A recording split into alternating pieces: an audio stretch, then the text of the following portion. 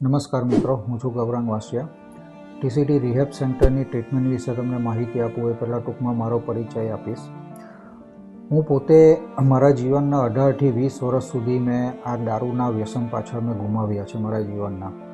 છેલ્લે 2013માં મારી પોતાની પરિસ્થિતિ એટલી બધી ખરાબ થઈ ગયેલી હતી કે ડૉક્ટરે બી હું 3 કે 4 મહિના જીવી શકું એમ કીધેલું હતું. દારૂ પીવા માટે ખોટું બોલવું, ચોરી કરવી, પૈસાની ઉધારી કરવી, આ બધી વસ્તુ મારા માટે એકદમ સામાન્ય બાબત બની ગયેલી હતી. મારી અંદર આત્મસન્માન જેવી કોઈ વસ્તુ મારા દારૂએ રવાની દીધી હતી. અંતે મને એક રિહેબ સેન્ટરનો મેસેજ મળ્યો અને મને મુંબઈ ખાતે રિહેબ સેન્ટરમાં ટ્રીટમેન્ટ માટે એડમિટ કરવામાં આવ્યો. કારણ કે ત્યારે આપણા ગુજરાતમાં કોઈ રિહેબ સેન્ટર હતા નહીં કે એના વિશે કોઈને કોઈ માહિતી પણ નહીં હતી.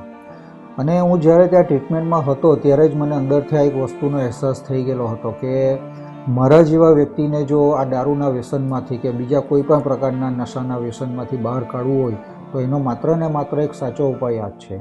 જેથી કરી 2015માં આ ટીસીટી વ્યસન મુક્તિ કેન્દ્રનો એટલે કે રિહેબ સેન્ટરનો પાયો નાખવામાં આવેલો. ટીસીટી રિહેબ સેન્ટરમાં ટ્રીટમેન્ટના મુખ્ય 3 પાર્ટ છે. એમાં સૌથી પહેલાં આવે છે શારીરિક. તો જે કોઈ બી પેશન્ટને અહીંયા સારવારમાં ટ્રીટમેન્ટમાં એડમિટ કરવામાં આવે એટલે સૌ પ્રથમ એની મેડિકલ તપાસ કરવામાં આવે છે. એના રિપોર્ટ અનુસાર અહીંયા આવ્યા પછી જ એનો નશો એકદમ બંધ થઈ જતો હોય છે, જેના કારણે જે શારીરિક તકલીફો ઊભી થતી હોય, જેમ કે નોર્મલી પીવાવાળા વ્યક્તિને દારૂ ન મારવાના કારણે હાથ પગ ધ્રુજવા, શરીર ધ્રુજતું હોય છે, રાત્રે ઊંઘ નહીં આવતી હોય, ચીચીડિયાપણું આવી જતું હોય છે, ગભરામણ થતી હોય છે, આવા બધા સિમ્ટમ્સ આવતા હોય છે. તો એને મેડિકલ ભાષામાં એને બોડી ડિટોક્સ કરવાની ટ્રીટમેન્ટ કહેવામાં આવે છે. એટલે સૌ પ્રથમ એની બોડી ડિટોક્સ કરવાની આખી ટ્રીટમેન્ટ એ જે અમારા ડૉક્ટર હોય એ ડૉક્ટરની અંડરમાં આખી ટ્રીટમેન્ટ કરવામાં આવે છે. જેમ જેમ એની બોડી ડિટોક્સ થતી જાય તેમ તેમ ત્યાર પછી એનું રૂટિન અહીંયા સેટ થતું જાય, એનું ખાવાનું, સૂવાનું, આ બધી વસ્તુ ધીરે ધીરે નોર્મલ થતી જાય છે.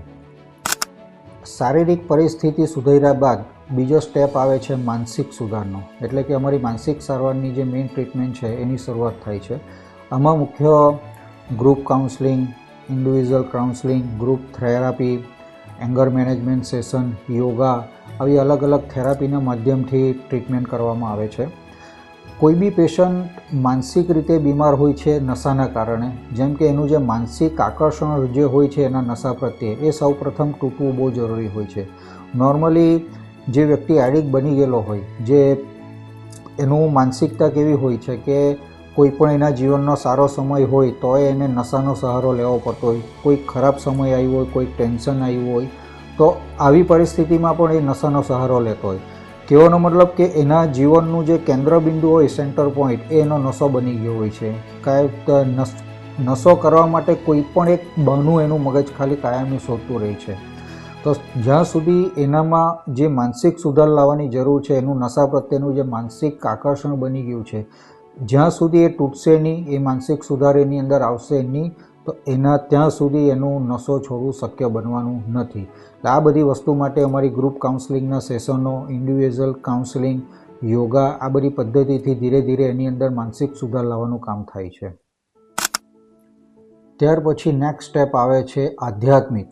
આધ્યાત્મિકતાનું તમે કદાચ કોઈક જગ્યાએ સાંભળ્યું હશે, કદાચ તમને ખબર બી નહીં હશે કે નશો કરનાર વ્યક્તિ આધ્યાત્મિક રીતે પણ બીમાર હોય છે. કેમ?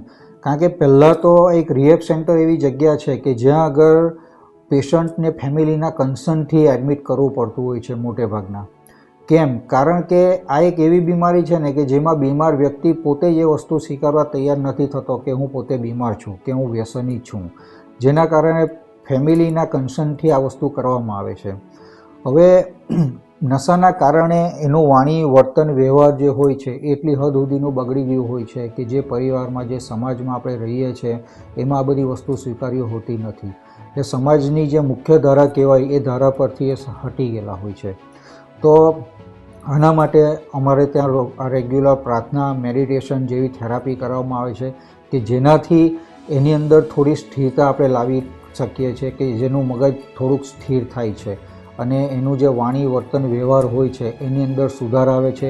એનો જે એટીટ્યૂડ હોય છે એ બધા એ વસ્તુ ગ્રેટિટ્યૂડમાં પરિવર્તિત થાય છે અને એની અંદર ધીરે ધીરે ત્યાર પછી વિનમ્રતા આવવાની શરૂઆત થાય છે. એટલે ખાલી શારીરિક અને માનસિક સુધાર આવવાથી કોઈ વ્યક્તિ સુધરી ગયો એવું વિચારવું તદ્દન ખોટું છે. આ વ્યક્તિને ખરેખર આધ્યાત્મિક રીતે એની અંદર જાગૃતિ લાવવી પણ એટલી જ જરૂરી છે.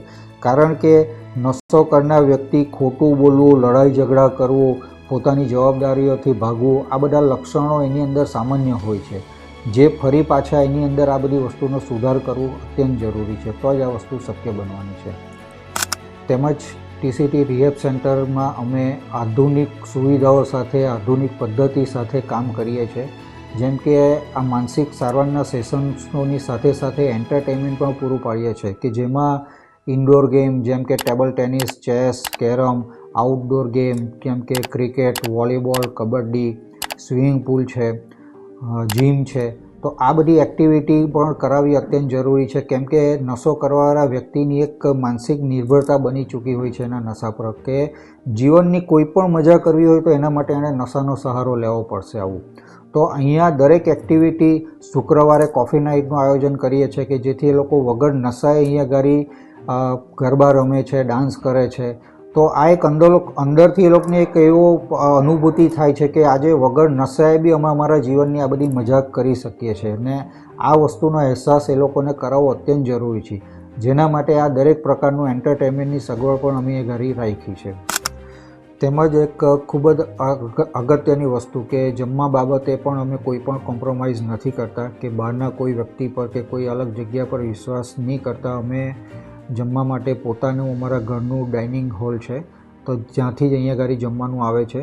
જમવામાં દિવસ દરમિયાન અમે સવારે પહેલાં 7 વાગે ચા, ત્યાર પછી 10 વાગે પાકો નાસ્તો, બપોરે 1 વાગે બપોરનું જમવાનું, તેમજ રાત્રે સાંજે 4 વાગે ચા નાસ્તો અને રાતે 8 વાગે રાતનું જમવાનું આપીએ છીએ. સવારના નાસ્તામાં બટાકા પૌવા, સેવ, ઉસળ એ રીતની અલગ અલગ વાનગીઓ હોય છે. બપોરે જમવામાં દાળ ભાત, શાક, રોટલી, કઢી ભાત, ખીચડી કઢી એ રીતે અલગ અલગ હોય છે. સ્વીટ, પાપડ, કચુંબર. ત્યાર પછી સાંજે 4 વાગે ચા સાથે સૂકો નાસ્તો મળે છે. ત્યારબાદ રાતે 8 વાગ્યાનું જે જમવાનું હોય છે એમાં કઠોળ, પંજાબી, કાઠિયાવાડી એ રીતે દર અઠવાડિયે મેનુ બદલાતા હોય છે.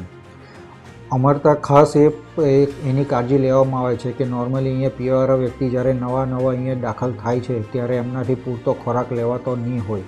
ત્યારબાદ એમનું બોડી ડિટોક્સ થયા પછી એમનો ખોરાકની જે ક્ષમતા હોય છે એકદમ વધે છે, જેથી સ્ટાર્ટિંગમાં માંડ એક રોટલી લોકો ખાઈ શકતા હોય છે, જે ટાઈમની સાથે ત્યાર પછી 6, 7 રોટલી ખાતા થઈ જાય છે. અને અહીંયા જમવાનું પણ અનલિમિટ આપવામાં આવે છે, કે જેને જેટલું બી જમવું હોય એટલું જમી શકે છે. અને જમવાની જે ક્વોલિટી હોય એના પર બી પૂરેપૂરું ધ્યાન આપવામાં આવે છે. ટીસીટી રિહેબ સેન્ટરની ટ્રીટમેન્ટનો ટોટલ 4 મહિનાનો સમય હોય છે, કે જે દરમિયાન પહેલાં 3 મહિના કોઈ બી પેશન્ટના પરિવારને મળવાનું કે વાત કરવાનું એલાઉડ હોતું નથી. એના ઓપ્શનમાં અમે અહીંના સીસીટીવી કેમેરાનો એક્સેસ પ્રોવાઈડ કરીએ છીએ, કે ભલે તમે મળી નહીં શકો પણ તમે તમારા વ્યક્તિને 24 કલાક લાઈવ ઘરે બેઠા લાઈવ જોઈ શકો છો. 3 મહિના નહીં મળવા દેવા પાછળનું કારણ છે કે આજે રિહેબ સેન્ટરમાં કોઈ પણ વ્યક્તિને મૂકવા પહેલાં એના પરિવાર તરફથી બનતા પ્રયત્ન બધા થઈ ચૂક્યા હોય છે. અંતે કોઈ રસ્તો ના મળે તો છેલ્લો ઉપાય આ હોય છે. તો એ વ્યક્તિને અહીંયા આવ્યા પછી એમનું ફેમિલી શું છે, એમની જવાબદારી શું છે, આ દરેક વસ્તુનું અંદરથી રિયલાઇઝેશન કરાવવું જરૂરી છે. અને આ વસ્તુ ત્યારે શક્ય બનશે કે જ્યારે નશાની અવસ્થામાંથી પૂરેપૂરો એકવાર બહાર આવશે ને ત્યાર પછી એમને આ વસ્તુ ખબર પડશે કે મારો પરિવાર શું છે, મારી જવાબદારી શું છે. તેમજ કોઈપણ વ્યક્તિને માત્ર રિહેબ સેન્ટરમાં એડમિટ કરી દેવાથી આ કામ થવાનું નથી, પરંતુ એ શારીરિક રીતે અહીંયા દાખલ એડમિટ થયા પછી એમનું માનસિક રીતે પણ એનું અહીંયા સેટ થવું એટલું જ જરૂરી છે. એટલે આમ 4 મહિના દરમિયાન અમે બહારના કોઈ પણ કોન્ટેક્ટ અહીંયા ગાડી થવા દેતા નથી. 3 મહિના પછી ફેમિલીને મળવાનું એલાઉ કરીએ છીએ, અને 3 મહિને જ્યારે ફેમિલીને અહીંયા મળવા માટે ઇન્વાઇટ કરવામાં આવે છે ત્યારે એમનો ફેમિલી કાઉન્સલિંગ પણ કરવામાં આવે છે, કે 3 મહિના દરમિયાન અહીંયાથી પેશન્ટના જે કોઈ બી ટ્રિગર પોઈન્ટ અમને જાણવા મળ્યા હોય છે તો એ અંગે એમના પરિવારને બી સાવચેત કરવામાં આવે છે કે પેશન્ટના ઘરે આવ્યા પછી તમારે કઈ રીતે શું કાળજી રાખવાની છે એ રીતે. અંતે એક ખાસ વસ્તુ કે આફ્ટર રિહેબ થેરાપી, કે કોઈપણ પેશન્ટને ટીસીટી રિહેબ ખાલી 4 મહિના પૂરતું એની સાથે રિલેશન નથી રાખતું. કોઈપણ વ્યક્તિની અસલી શરૂઆત તો અહીંયાથી બહાર નીકળ્યા પછી સ્ટાર્ટ થવાની છે. તો રિહેબમાંથી બહાર નીકળ્યા પછી એને જે પ્લેટફોર્મ મળવું જોઈએ જે મોરલ સપોર્ટ એને જરૂરી હોય છે એ પણ અહીંયા ટીસીટીમાંથી મળી રહે છે. જેમ કે દર રવિવારે અહીંયા અમારો એક સેમિનાર હોય છે, તો જેટલા બી પેશન્ટો અમારા અહીંયાથી ટ્રીટમેન્ટ લઈને બહાર જાય છે એ લોકોને દર રવિવારે અમે સેમિનાર ભરવા માટે અહીં બોલાવીએ છીએ. તેમજ અમારી એક બહુ મોટી ફેલોશિપ છે, તો ફેલોશિપમાં સોશિયલ મીડિયાના માધ્યમથી બી બધા ઇન્ટરકનેક્ટેડ રહે છે. એટલે ભવિષ્યમાં કોઈ પણ તકલીફ હોય કે કંઈ પણ હોય તો જે કોઈ બી મદદની જરૂર હોય છે તો ટીસીટી એને પૂરું પાડે છે. અને કોઈ પણ વ્યક્તિ જે લોકો દૂર રહેતા હોય કે જે લોકો દર રવિવારે આવો અહીંયા શક્ય નહીં હોય તે લોકોને મહિનામાં 1 કે 2 વિઝિટ અમે અહીં કરાવીએ છીએ. અને એ લોકો આવે 1-2 દિવસ અહીંયા રોકાવું હોય તો રોકાઈ પણ શકે છે. અને જેની બધી અમે ફેસિલિટી અહીંયા પૂરી પાડીએ છીએ.